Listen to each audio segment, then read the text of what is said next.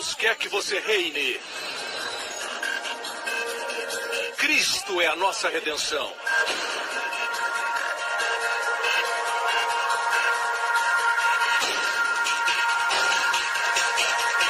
Deus é justo e faz o pecador justo.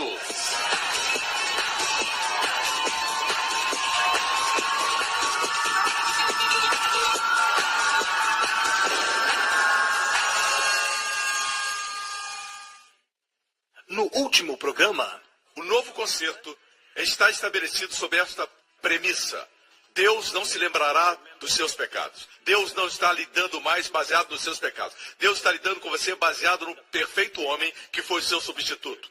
Deus não está mais lidando com o pecado na sua vida. Ele está lidando com o Filho na sua vida. Amém?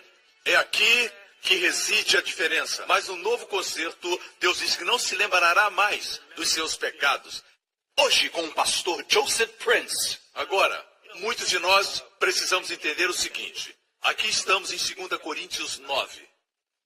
Em 2 Coríntios 8 diz que nós somos ricos através de Jesus. Isso está em 2 Coríntios 8. A cruz nos fez ricos. Contribuir não faz você rico. Foi a cruz que nos fez ricos. Porque foi na cruz que Jesus se tornou pobre para que você se tornasse rico. Aleluia. Amém. Está bem claro que não somos ricos pelo que fazemos. Somos ricos através da cruz de Cristo. Isso está no capítulo 8, antes de 2 Coríntios 9. Mas no 9, o capítulo seguinte diz que se você semeia em abundância ceifará. Agora, qual a fortuna que quer ter? Agora que você é rico, amém? Você pode ser mais rico. Amém? Glória a Deus. Uma vez que o campo está todo colhido, amém? O solo está pronto para a semeadura. Não tem mais ervas daninhas. Você não deve mais nada a Deus. Glória a Deus. Os seus pecados foram perdoados por Jesus. Amém? Ele pagou tudo. Na verdade, ele deu a Deus muito mais do que você devia. Assim, podemos estar diante de Deus. Foi Deus que planejou tudo isso. Ele é maravilhoso. Uma vez o solo estando arado, a terra tendo sido preparada, cuide com o que semeia, porque você é rico. Amém? Se você semear muito, vai colher muito. Amém? 2 Coríntios 8 diz que você é rico através de Jesus Cristo. O capítulo 9 fala da riqueza da sua semeadura. Amém? Ficou claro? Voltemos para Gálatas 6. Fica muito claro aqui que está falando a respeito de finanças. Ajuda financeira para os mestres. Que diz, Deus não se deixe escarnecer, tudo que o homem semear, isso ceifará. Porque o que semeia na sua carne, da carne ceifará a corrupção. Mas o que semeia do Espírito ceifará a vida eterna. Vou terminar de ler o texto e depois volto para esse versículo 9. E não nos cansemos de fazer o bem, porque a seu tempo ceifaremos se não houvermos desfalecido. Perceba que o contexto é o mesmo. Não está falando de pecar e colher uma colheita de males, coisas ruins acontecendo no futuro. Não está falando disso, está falando de dar. Porque no versículo seguinte diz, então, enquanto temos tempo, façamos bem a todos, mas principalmente aos domésticos da fé, crentes. Façamos bem, vamos dar, vamos abençoar, especialmente os crentes. Amém? Porque tudo que semear, colherá. É como um sanduíche. Essa parte da Bíblia é como um sanduíche. Começa com dar, compartilhar boas coisas com aqueles que ensinam e termina com façamos o bem. Não se desencoraje se sua colheita ainda não chegou. Versículo 9 diz, não nos cansemos de fazer o bem, e está falando de finanças. Porque a seu tempo ceifaremos, se não houvermos desfalecido. Amém? Algumas colheitas demoram e outras chegam rapidamente. A prerrogativa é de Deus, mas Deus diz, se nossa colheita demora a chegar, não devemos desfalecer. Amém? Não desanime, você vai colher. Aleluia, glória a Deus, glória a Deus. O contexto aqui é muito claro. Voltemos ao versículo 8, porque é nesse versículo que as pessoas pensam que se refere ao pecado. E diz aqui, o que semeia na carne, e alguns argumentam que esse texto se refere ao pecado. Amém. E logo conectam com pecados sexuais, porque fala da carne e da ideia de sexo. Já vi alguém dizer isso sempre no contexto sexual. Carne não é sexo. Carne é o princípio do ego, que faz uma pessoa pensar somente nela. Ela é motivada pelo ego e não por Cristo. Essa é a carne. A carne gosta de leis, regras, regulamentos. Na verdade, a carne não se importa em ser moral, contanto que ela esteja em controle. Mas Deus não quer que sejamos ocupados pelo ego, mas por Cristo. E Cristo deve reinar no trono dos nossos corações e não o ego. Não esqueça, o ego é a carne. Aqui diz, porque o que semeia na sua carne, da carne ceifará. O que significa isso? Não pecados sexuais, mas avareza. Lembra o que lemos em 2 Coríntios 9? Se semear pouco, pouco também colherá. Terá uma colheita corrompida. Se semear na carne, a carne sempre é avarenta. A carne quer o dinheiro para ela. A carne não quer abençoar. O ego não quer se envolver no reino de Deus. O ego quer pegar tudo que pode e guardar tudo que pega, segurar e manter consigo. Assim é o ego. Amém? Deus quer que você dê. Amém? Glória a Deus. Dar é um sinal de que você não está controlado pelo ego. É doloroso ser controlado pelo ego. Amém?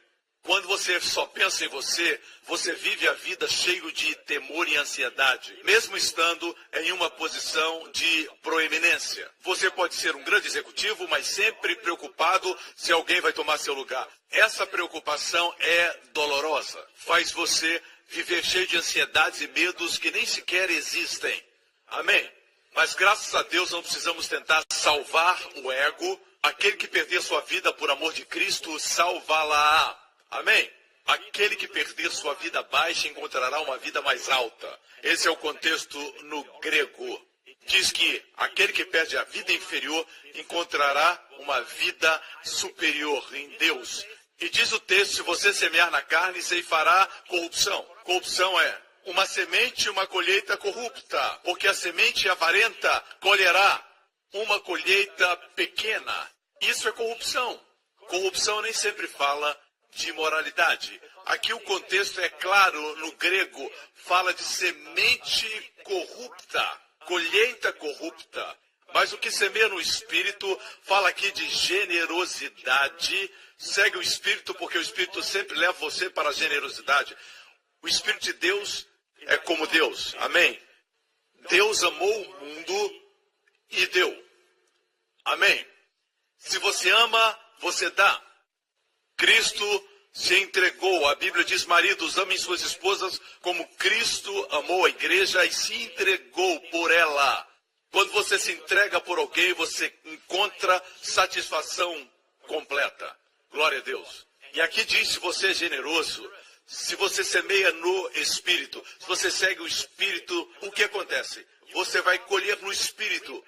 Vida zoe, que no grego quer dizer vida. Se você disser que esse texto fala de ações pecaminosas, imorais, e se você semeá-las, você terá uma colheita pecaminosa, se acreditar assim, então se você semear alguma coisa moral e boa, você vai colher vida eterna. É dessa forma que alguns interpretam esse texto. Isso é perigoso. Na verdade, isso é muito perigoso, porque você estará afirmando que você recebe vida eterna por seus atos morais. Isso não é bíblico, isso não é o Evangelho. Na verdade, é a antítese da mensagem do Evangelho. Você não pode se salvar por suas obras, você não pode se salvar por seus atos morais. Mas é pela graça, através da fé que você é salvo, não pelas obras para que nenhum homem se glorie. Amém? Você não pode aplicar moralidade neste texto. Fala de semente financeira. Amém? Eu vou dar outro texto que certamente vai tornar esse versículo mais claro. Em 1 Timóteo, capítulo 6.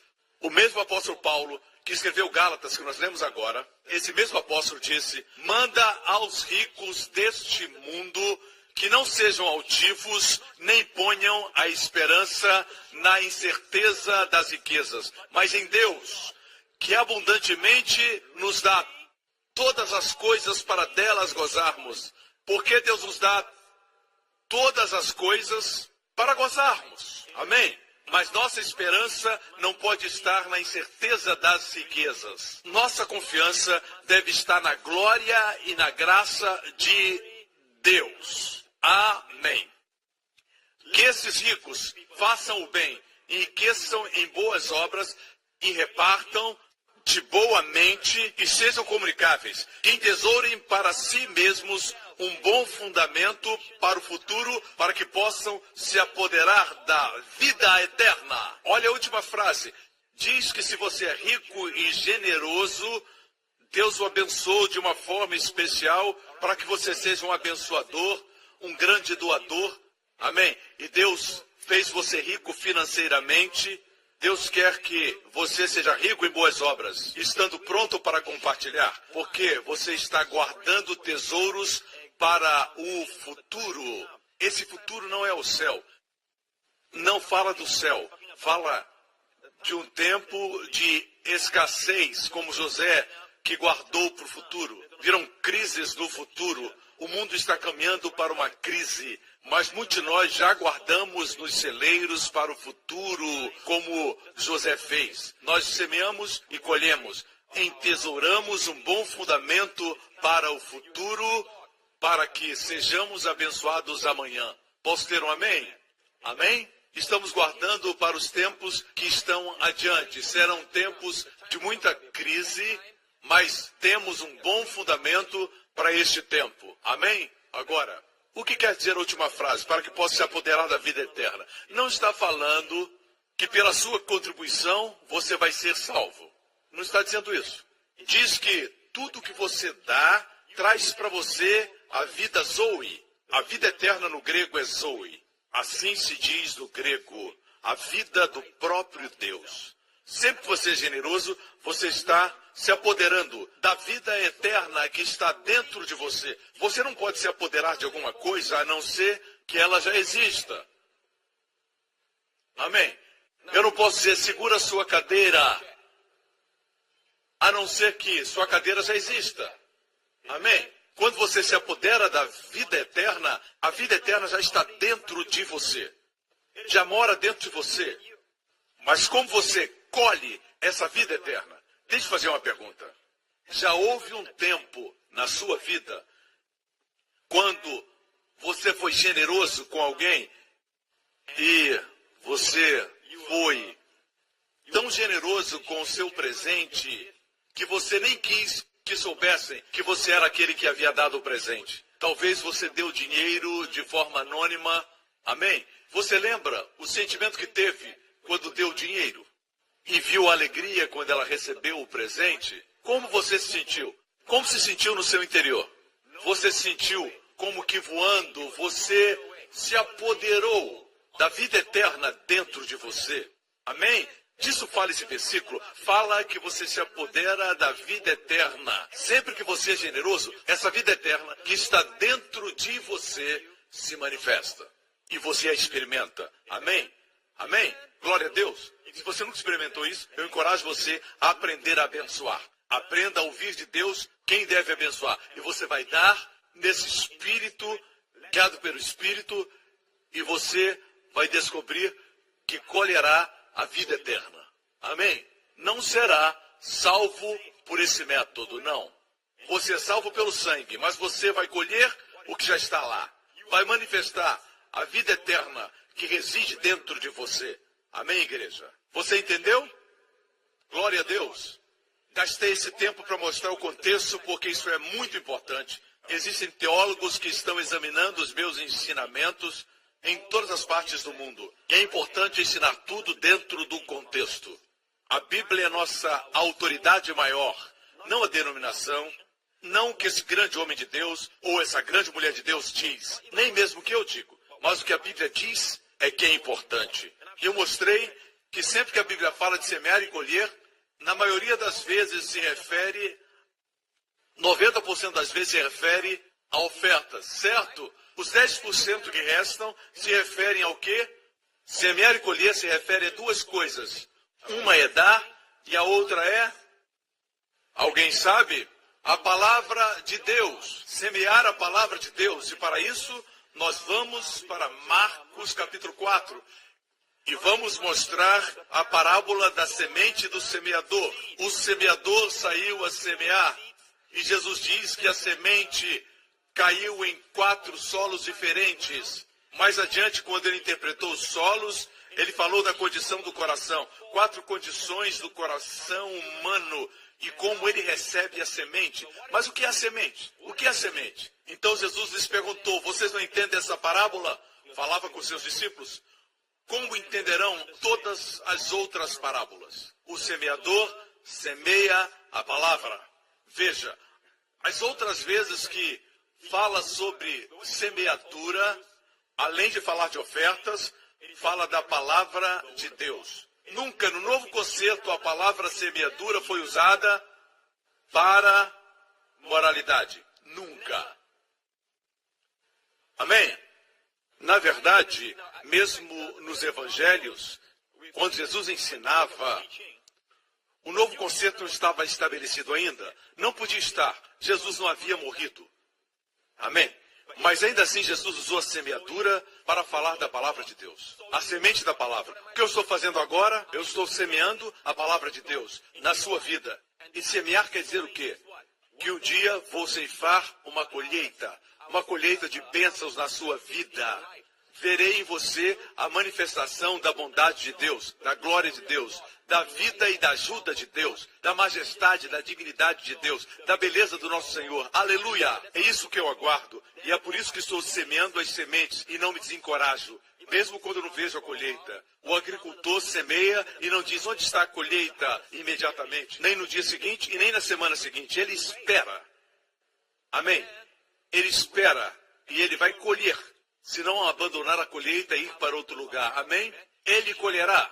Se não desanimar. Amém? Por isso estou semeando a semente agora. Assim fala de duas coisas. No Novo Testamento, a maior parte das vezes fala de ofertas. Amém? Especialmente nas epístolas, fala de ofertas. Mas nos evangelhos fala de semear a palavra. Não é verdade? Você não encontra nenhum versículo no Novo Testamento que diz que se sua semeadura for o pecado, você vai colher tempestades. Para isso você tem que ir para o Antigo Testamento. Mas glória a Deus, Jesus Cristo mudou tudo. Aleluia! Amém? Por quê? Porque na cruz, Jesus fez algo por nós. Eu estou concluindo e eu quero ler essa porção da Bíblia. Todas as vezes que leio, meu coração pula de alegria. Porque ele nos diz a razão porque estamos experimentando as bênçãos e a bondade de Deus. Diz que podemos ter confiança e uma expectativa de bênçãos no nosso futuro. Até para a próxima semana. Amém? E mesmo quando as coisas não parecem estar bem, coisas ruins acontecem, Deus faz com que tudo contribua para o seu bem. Ele vai produzir o bem até mesmo de circunstâncias ruins. Amém? Talvez essa área na sua vida se torne um grande testemunho que vai inspirar as multidões quando sua história for compartilhada. Temos muitos grandes testemunhos na igreja. Amém? Glória a Deus. Eu vou concluir me referindo a Isaías 53. E aqui diz porque nós não estamos mais ceifando, não estamos mais colhendo nosso pecado. Glória a Deus. Nós agora sabemos que não estamos mais colhendo nossos pecados porque alguma coisa aconteceu. Entre o Antigo Testamento e o Novo Testamento, algo aconteceu.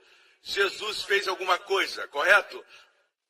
Nós não estamos mais sofrendo as consequências, a visitação ou a punição do pecado dos nossos antepassados. Não existe mais maldição geracional pelo que Jesus fez na cruz.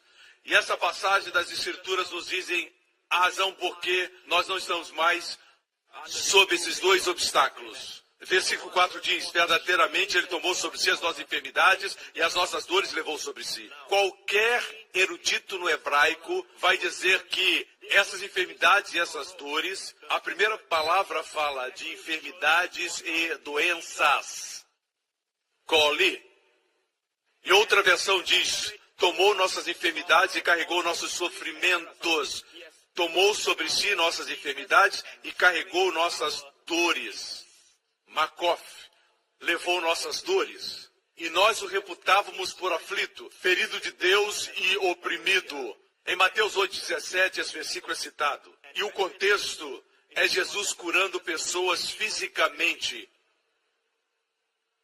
Amém? E Mateus cita no versículo 17 do capítulo 8. Ele tomou sobre si as nossas enfermidades e levou as nossas doenças, como dito pelo profeta Isaías. E ele cita o versículo 4 do capítulo 53 de Isaías. Tomou nossas enfermidades e as nossas dores levou sobre si. Ele cita o original em hebraico do livro de Isaías. Amém? Veja o versículo 5. Mas ele foi ferido por nossas transgressões e moído pelas nossas iniquidades. No hebraico quer dizer esmagado, moído por nossas iniquidades. Vamos parar e definir iniquidades. Deus é cuidadoso quando usa palavras. Quando Deus diz pecado, significa pecado. Quando ele diz transgressão, significa desobediência de alguma lei. Transgredir, ultrapassar limites, isso é transgredir. O pecado, você já nasceu com ele. E o que é iniquidade? Ele foi moído por nossas iniquidades. Você lembra do que eu disse há poucos instantes? Dos seus pecados e iniquidades não me lembrarei. Isso é no Novo Concerto. Mas citando a primeira referência do Novo Concerto, que está em Jeremias, diz assim: dos pecados e iniquidades não me lembrarei mais. Isso é porque no Monte Sinai Deus disse no Antigo Concerto: visitarei sua. Ele não disse pecado, ele não disse transgressão. Visitarei a iniquidade até a terceira e quarta geração. Iniquidade traz a ideia de maldição geracional. Iniquidades trazem a ideia de pecados transferidos. Aqui diz que Jesus foi moído por nossas iniquidades. Assim, no Novo Concerto, Deus diz: seus pecados e suas iniquidades eu não me lembrarei mais. Aleluia! O castigo não é a palavra ideal, porque castigo é mais leve no hebraico do que a palavra punição, que é o que diz no hebraico. O castigo que nos traz nossa shalom estava sobre ele. Deus queria que você estivesse bem, pleno, em paz. Pense na saúde, não somente para o seu corpo. Pense na saúde de uma forma holística. Você é um espírito, você tem uma alma e você vive em um corpo. Amém? Todas as três partes precisam ser bem alimentadas. A Bíblia diz: Deus viu que o nosso ser completo, corpo, alma e espírito, devem estar plenos. Deve estar em shalom. Shalom significa plenitude, espírito, alma e corpo. O que Deus fez é que ele causou punição. No hebraico significa visando a nossa plenitude. Ele foi ferido com um castigo que caiu sobre ele. O castigo que nos trouxe a paz estava sobre ele. Eu estudei esse texto no original hebraico já muitas vezes, e citando diretamente do original, diz assim: que Deus causou a punição cair sobre Jesus, visando nossa shalom. Amém? Jesus na cruz clamou: tenho sede. Sede de quê? Sede de ver nossa paz completa. Completa plenitude. Completa saúde. Holisticamente. Espírito, alma e corpo. Disso ele tinha sede. E foi isso que via. Quando você analisa Isaías 53, no final do capítulo, diz assim: ele verá o fruto do trabalho da sua alma. Jesus viu todo o sofrimento da sua alma e ficou satisfeito. Você sabe o que satisfaz Jesus? Ver você pleno, ver você completo, espírito, alma e corpo. E a Bíblia diz que pelas suas pisaduras, os seus sofrimentos, fomos curados. Para isso, Deus o Pai enviou seu Filho.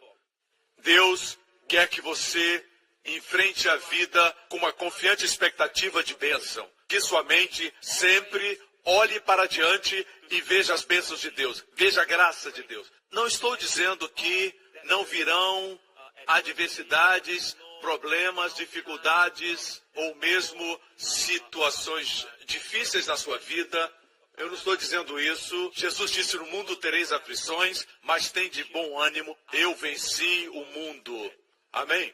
Também não estou dizendo que porque não colhemos os pecados dos antepassados ou os nossos próprios pecados, devemos sair por aí pecando.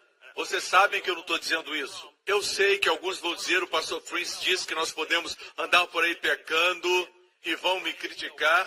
Existem consequências para o pecado, certo? Mas não colhemos. Temos que eliminar esse ensinamento que diz que colhemos nossos pecados. Porque quando falamos isso, não sabemos quando vamos colher. Isso traz uma expectação terrível de juízo. Temos que eliminar isso. Contudo, existem consequências. Vemos isso ao nosso redor. Se você é uma pessoa ruim, que vive mentindo, enganando as pessoas, você não vai ter muitos amigos. Isso não é colheita, são consequências. Amém? Se você tem relações sexuais antes do casamento e a garota fica grávida e você se sente envergonhado diante da sociedade, isso não é colheita, isso é consequência. Se você colocar o dedo no fogo, você vai se queimar. Isso não é colheita, isso é consequência. Amém? Existem consequências para o pecado. E algumas dessas consequências são irreversíveis. Não estou dizendo que não existam consequências. Se você desobedece às leis, você pode ser preso, mesmo sendo crente. Isso é consequência. Mas não é correto dizer que a colheita, o que o homem semear, isso também colherá. Porque isso nos dá a ideia de que não sabemos quando vamos colher. Isso não é Bíblia. Isso não é Escritura. Isso não é a verdade. Ok? Nós somos contra o pecado. Conhecer a verdade nos liberta.